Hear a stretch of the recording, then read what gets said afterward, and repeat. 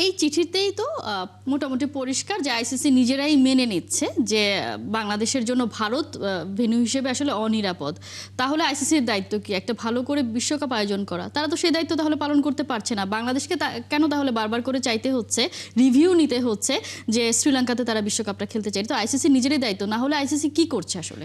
না, আপনি কালকে ওই আমাদের ক্রীড়া উপদেষ্টার ওই বিস্ফোরক মন্তব্য করার পরে কিন্তু অনেক কিছু হয়ে গেছে। আপনি জি। বিসিবি তারপরে একটা মেল দিয়েছে, তারপরে রাতের দিকে আমরা দেখেছি ভারতীয়দের যে দুটা ক্রিকেটের ওয়েবসাইট ক্রিক ইনফো এবং ক্রিক বাস, তারা আইসিসির বক্তব্য দিয়ে একটা আইসিসির সোর্সের বক্তব্য দিয়ে কিন্তু তারা একটি নিউজ করেছে এবং সেইখানে কিন্তু আইসিসি এটা অস্বীকার করেছে। তারা বলছে যে না, এমন কিছু বলা হয়নি। এবং তারা যেটি বলতে চাচ্ছে ওই ক্রিক ইনফোর প্রতিবেদন অনুযায়ী, তারা বলছে যে ভারত বা আইসিসি বাংলাদেশের সঙ্গে যে আলোচনাটা হয়েছে নিরাপত্তা ইস্যু নিয়ে, সেই ব্যাপারে তারা সেই রিপোর্টটি দিয়েছে এবং সেখানে তারা কোনো ঝুঁকি দেখছে না বাংলাদেশ দলের ভারত সফরে। তারা যেটি বলতে চাচ্ছে ওই রিপোর্ট অনুযায়ী, সেখানে হচ্ছে দুই ধরনের তারা ভেন্যু অ্যাসেসমেন্ট করেছে, যে ভারতে কম এবং মাঝারি মানের ঝুঁকি। তো সেইখানে তাদের অবজারভেশনগুলো তারা জানিয়েছে এবং বলেছে যে না, এখানে কোনো সমস্যা নাই, এই মানদণ্ডে, আমাদের মানদণ্ডে খেলতে পারো।